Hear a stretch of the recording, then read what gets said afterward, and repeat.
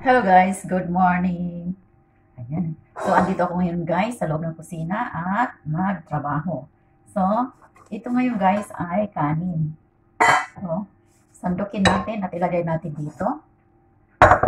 Ayan, para to guys sa pananghalian. Ayan. So, marami akong gagawin ngayon guys sa loob ng kusina. Kaya medyo busy ang inyong likod na si Milia Maria ng Kuwait. Ayan.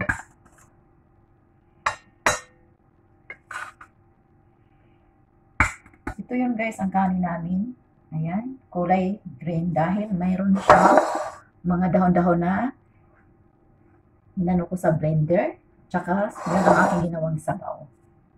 Kaya medyo green-green ang ating kanin.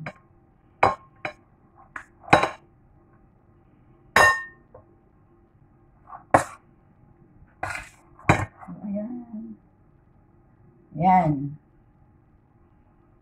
Kasi meron siyang halong mga dahon na gulay.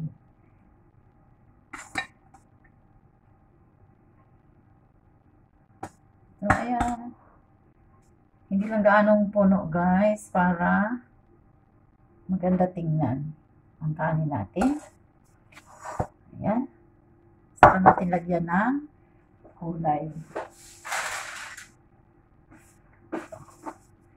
So, ito yung guys, meron siyang saffron. So, ilagay na dito sa ibabaw. Ayan. So, ito na. So, yan ngayon ang kanin na kainin sa pananghalian. So, ngayon guys, magluluto ako ngayon ng hipon dahil ihahalo ko sa salad. Ayan. So, gamitin natin ay butters. Ayan. Ilagay na natin dito sa kawali. So, guys.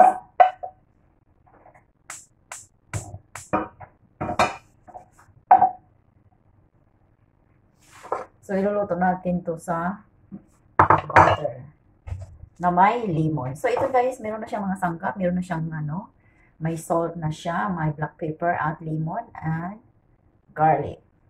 Ayan. So, ayan guys.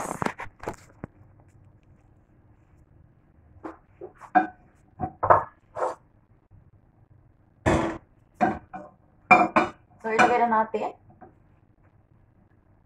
ang hipon. So, sandali lamang ito guys, maluto na yan. So guys, lagyan natin ng coriander leaves ang ating nilutong hipon. So, ayan na guys. So, ayan. So, lagyan natin ng coriander leaves para masarap.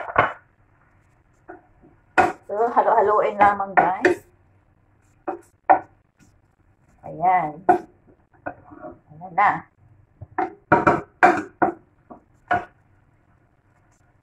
So, lakasan natin ang apoy para maluto agad.